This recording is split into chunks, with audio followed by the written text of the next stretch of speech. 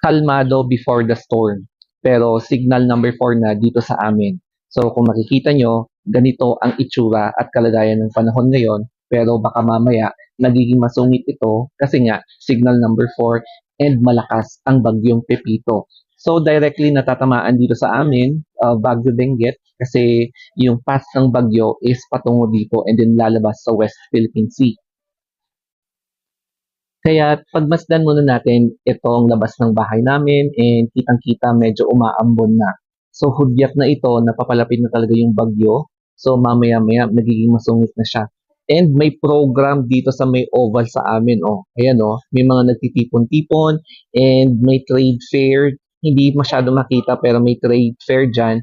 Pero magko-close sila mamayang 4:30. It's because paparating na nga yung bagyo and signal number 4 na satellite ng Japan. So as you can see dito oh, yung